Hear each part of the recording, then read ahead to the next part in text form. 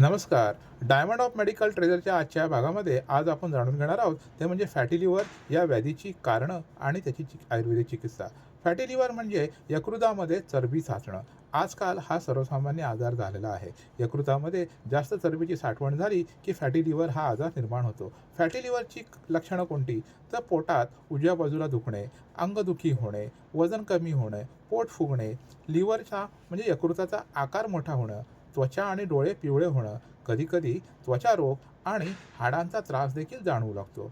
तशा या फॅटी लिव्हरची कारणं पाहायला गेलं तर त्यामध्ये शरीरामध्ये जास्त प्रमाणात चरबी म्हणजे लठ्ठपणा असणे, म्हणजे शरीराचं वजन जास्त असणं, मधुमेह, उच्च प्रमाणामध्ये कोलेस्ट्रॉल, ट्रायग्लिसराईडचं प्रमाण असणं, अस्वस्थ जीवनशैली, हार्मोनचं असंतुलनपणा आणि महत्त्वाचं म्हणजे अति प्रमाणामध्ये मद्यपान करणं. अशा या फॅटी लिव्हरवर आपण कोणत्या प्रकारचे आयुर्वेदिक उपचार करू शकतो? तर भूमिया मेलकी, कुटकी, कालमेघ, पुनर्नवा, हळद, आवळा यासारख्या औषधांचा वापर केला जातो. त्यामध्ये प्रामुख्याने विरेचन आणि बस्ती या पंचक्रमाचा सुद्धा उपयोग केला जातो. दैनंदिन आहार विहारामध्ये आपण नेहमी ताजे, हलके, पचायला सोपे असे आहार घेतला पाहिजे.